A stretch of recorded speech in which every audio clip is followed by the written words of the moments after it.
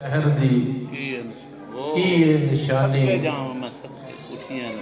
تے اچیاں لمیاں چیراں ہو سبحان اللہ تن من میرا پرزے پرزے جیوں درزی دیاں لیراں ہو انہاں لیراں دی گل کفنی پا کے بڑی قابل غور بات ہے انہاں لیراں دی گل کفنی پا کے رنگ ساں سانگ فقیراں ہو بغداد شہر دے ٹکڑے منگساں کرساں میراں میراں ہو۔ نہایت ہی واجب الاحترام معزز سامعین اکرام السلام علیکم ورحمۃ اللہ وبرکاتہ۔ بندہ ناچیز اصلاحی جماعت و عالمی تنظیم العارفین کا نہایت ہی ادنا ترین رکن اور خادم ہے جو کہ دربار عالیہ حضرت سخی سلطان باہو صاحب رحمۃ اللہ علیہ سے چلائی گئی ہے، جس کے اغراض و مقاصد قرآن مجید اور احادیث مبارکہ کی روشنی میں اولیاء کاملین کی تعلیمات کو عوام الناس تک پہنچانا ہے۔ آپ کے سامنے جو آیت مبارکہ پڑھنے کا شرف حاصل ہوا، اس میں اللہ پاک نے ارشاد فرمایا وَكُونُوا مَعَ الصَّادِقِينَ، اور سچے لوگوں کے ساتھ شامل ہو جائے۔ اللہ پاک نے یہ جو حکم فرمایا ہے، مختصر سی گفتگو ہے جی 15 سے 20 منٹ، ٹائم کافی ہو گیا ماشاءاللہ، سب نے ہدیہ نعت پیش کیا، اللہ پاک صاحب کی اپنی بارگاہ میں حاضری قبول فرمائے، تو مختصر سی گفتگو ہے۔ وَكُونُوا مَعَ الصَّادِقِينَ، اللہ پاک نے یہ حکم فرمایا ہے، یہ کوئی اختیاری بات نہیں ہے کہ چاہے آپ سنگت نیک لوگ اختیار کرے یا نہ کرے، نہیں، حکم ہے وَكُونُوا مَعَ الصَّادِقِينَ، سچے لوگ ساتھ شامل ہو جائے۔ اس لیے کہ دنیا کے اندر اللہ پاک نے انسان کو بھیجا ہے اور دنیا کی رنگینیاں اس قدر اٹریکٹیو ہیں، بندے کو اپنی طرف کھینچتی ہیں کہ جب تک صالحین کی صحبت نصیب نہ ہو اس وقت تک دنیا کے اندر یہ سفر اس طرح کٹ نہیں سکتا جیسا کہ اللہ پاک کی چاہت ہے اور اس کے محبوب کی چاہت ہے۔ اللہ پاک نے انسان کو جب دنیا میں بھیجا ہے تو اس کا کوئی مقصد ہے، بے مقصد اللہ پاک نے کسی چیز کو پیدا نہیں کیا، ہر چیز کا مقصد ہے۔ انسان کو اللہ پاک نے تخلیق کیا ہے، اپنے ہاتھوں سے بنایا اور اس دنیا میں بھیجا، تو اس کا بھی کوئی مقصد ہے۔ پیارے آقا علیہ السلام جو وجہ تخلیق کائنات ہے کہ اللہ پاک نے فرمایا اے محبوب اگر میں آپ کو پیدا نہ کرتا تو دنیا جہان کی کوئی چیز میں پیدا نہ کرتا، اور اللہ پاک نے جس محبوب کے لیے یہ بزم سجائی ہے، جس محبوب کے لیے بزم سجائی ہے، اس کے لیے، اس انسان کے لیے اللہ پاک نے کچھ ہدایات دی ہے، زندگی گزارنے کے کوئی اصول بتائے ہیں۔ اور سچے لوگ کون ہیں؟ اللہ پاک نے قرآن مجید میں ارشاد فرمایا وَجَاهَدُوا فِي سَبِيلِهِ بِأَمْوَالِهِمْ وَأَنفُسِهِمْ فِي سَبِيلِ اللَّهِ أُولَئِكَ هُمُ الصَّادِقُونَ۔ وَجَاهَدُوا بِأَمْوَالِهِمْ وَأَنفُسِهِمْ فِي سَبِيلِ اللَّهِ أُولَٰئِكَ هُمُ الصَّادِقُونَ کہ جو اپنے مالوں اور جانوں سے اللہ کی راہ میں جہاد کرتے ہیں وہی لوگ سچے ہیں۔ اس سے قبل حضور علیہ السلام کے صحابہ کی زندگی مبارک دیکھیں کہ جس نے کلمہ پڑھا، جو حضور پاک صلی اللہ علیہ وسلم کی بارگاہ میں حاضر ہوا، تو اس کے وجود کی کیفیت کیا ہے؟ وہ نہ ان کو کھانے کا پتہ ہے، نہ صبح کا پتہ ہے، نہ شام کا پتہ ہے کہ حضور پاک صلی اللہ علیہ وسلم کے چہرہ مبارک کو دیکھتے ہیں، آپ کی صحبت میں بیٹھتے ہیں، تو وہ لوگ جو اونٹ جو چرانا اس کو ہنر نہیں جانتے، تو اللہ پاک نے ان کو وہ شان عطا کی حضور کے صدقے، حضور کی نسبت سے، کہ انہوں نے بڑی بڑی سلطنت نہیں چلائی، بڑی بڑی فتوحات نہیں کی۔ آپ جس صحابی کی بھی زندگی اٹھا کے دیکھیں، لیکن یہ سب کچھ کیسے ممکن ہوا ہے کہ ان سب کی قربانیوں سے انہوں نے سب سے پہلے اپنی خواہشات کی قربانی دی، حضور کی خواہش پہ اپنی خواہش کو قربان کیا، حضور کی خواہش پہ اپنی خواہش کو قربان کیا، اور حضور کی بارگاہ میں حاضر ہوتے ہیں تو کیا عرض کرتے ہیں؟ فدا کا ابی و امی یا رسول اللہ۔ یہاں سے تو ان کی التجا شروع ہوتی کہ یا رسول صلی اللہ علیہ وسلم، یا حبیب اللہ، میرے ماں باپ آپ پہ قربان۔ اور سب سے بڑی جو رکاوٹ ہے وہ بھی دنیا ہے، دنیا اپنی طرف کھینچتی ہے، اور اللہ اس کے رسول کی محبت چونکہ اللہ پاک نے قدرتی طور پر انسان کے سینے میں رکھی ہے، جب وہ نور کا شعلہ، وہ چنگاری اندر صحیح طور پر بھڑکتی ہے تو پھر کیا ہوتا ہے کہ وہ انسان، اس کو نہ گھر کی فکر، نہ ماں باپ کی فکر، نہ بھائیوں کی فکر، وہ عشق مصطفیٰ میں اس قدر دیوانہ وار ہوتا ہے کہ اس کو حضور کی محبت کے سوا کچھ نظر نہیں آتا۔ حضرت امام مالک رحمۃ اللہ علیہ، آپ مدینہ شریف میں رہتے ہیں، ساری زندگی آپ نے صرف ایک حج کیا، ساری زندگی آپ مدینہ شریف سے باہر نہیں نکلے سوائے اس وقت کے جب آپ حج مبارک پہ گئے۔ کیوں؟ اس لیے کہ آپ سمجھتے تھے کہ جس سواری پہ میں نکلوں گا، بڑی قابل غور بات ہے، وہ جو مدینہ طیبہ جہاں میرے حضور کا جو شہر ہے، اس مٹی میں، اس گلیوں میں لگیں گے تو یہ بھی بے ادبی ہے۔ ساری عمر مدینہ شریف سے باہر نہیں گئے۔ یہ ان کی محبت کا بھی تقاضا تھا اور ان کے ادب کا بھی کمال دیکھ لیں کہ مدینہ شریف میں،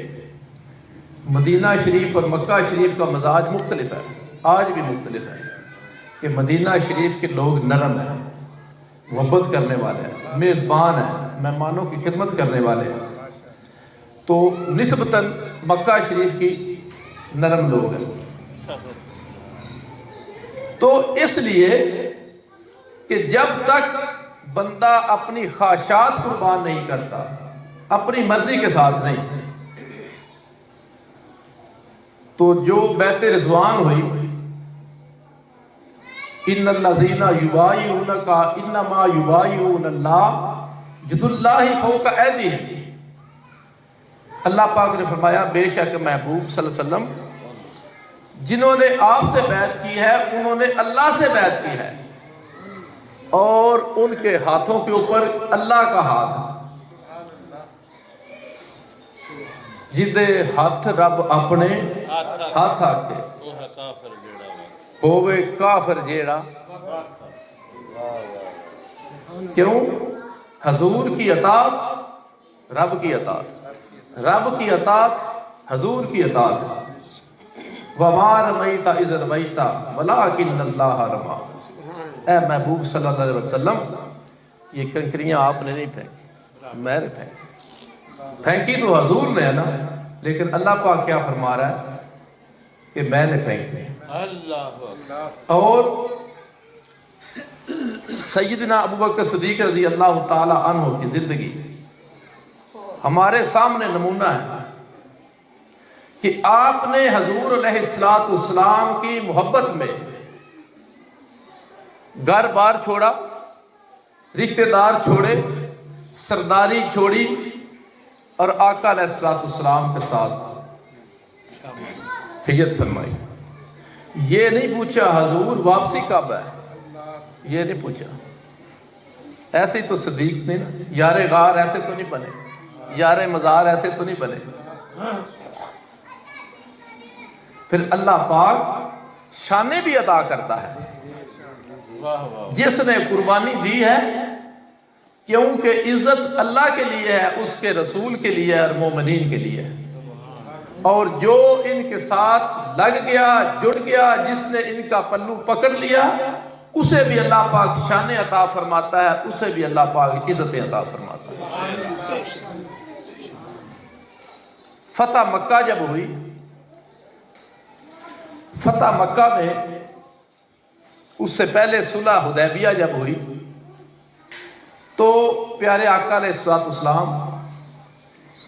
جا رہے ہیں مسلمانوں کے ساتھ، تو اس میں کچھ کمزور دل لوگ تھے، نالائق ہمارے جیسے، تو انہوں نے کہا ابھی اسلام کا غلبہ نہیں ہے، یہ تعداد تھوڑی ہے، تو پتہ نہیں انہوں نے واپس آنا ہے کہ نہیں آنا، تو انہوں نے بہانہ کر دیا۔ یہ سورۃ فتح میں پورا اس کا میں مختصر سا اس کا، تو انہوں نے کہا جی ہمارے مال ہیں، کاروبار ہیں، نہ گئے۔ تو جب گئے سیدنا عثمان غنی رضی اللہ تعالیٰ عنہ پہلے وفد کی شکل میں گئے، تو اب اس میں بھی ایک نقطہ دیکھیں کہ انہوں نے کہا کہ اس بار ابھی آپ طواف نہیں کر سکتے، لیکن سیدنا عثمان غنی رضی اللہ تعالیٰ عنہ کو اجازت دی کہ آپ آئے ہیں، آپ طواف کر لیں۔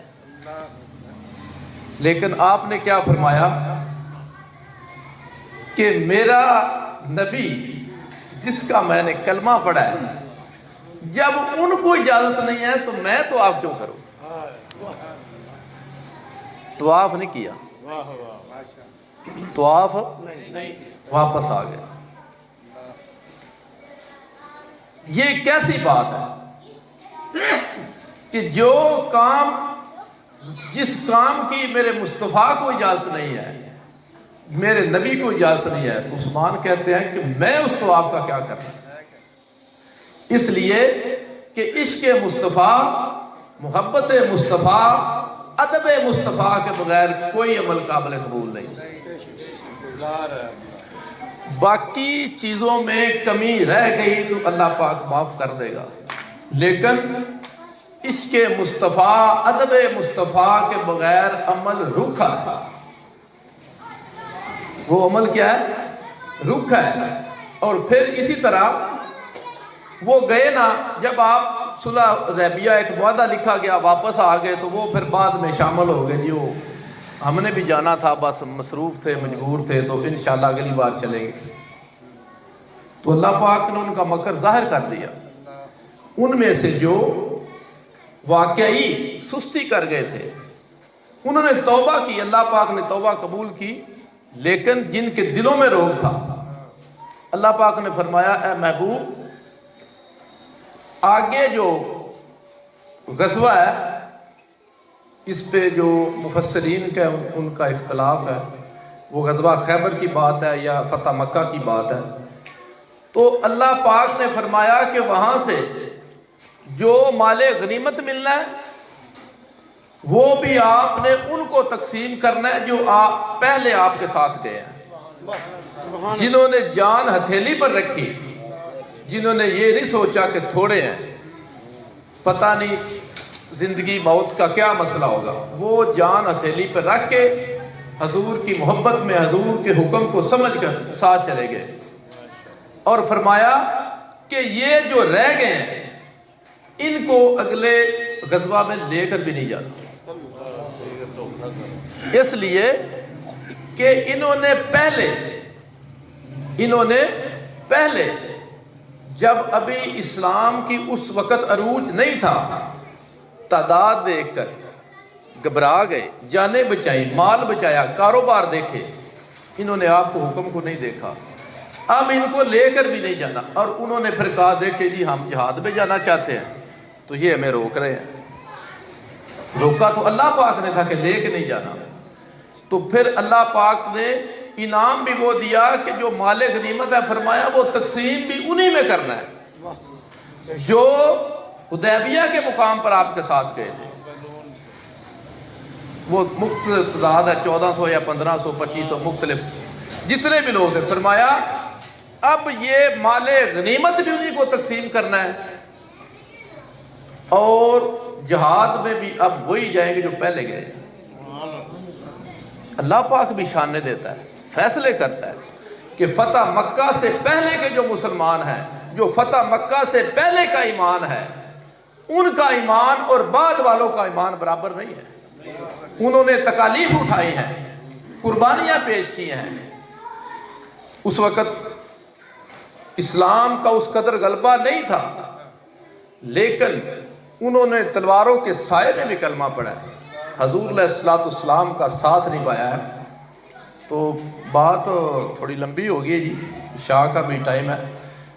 تو اس سے ہمیں سبق یہ ملتا ہے کہ جب ہم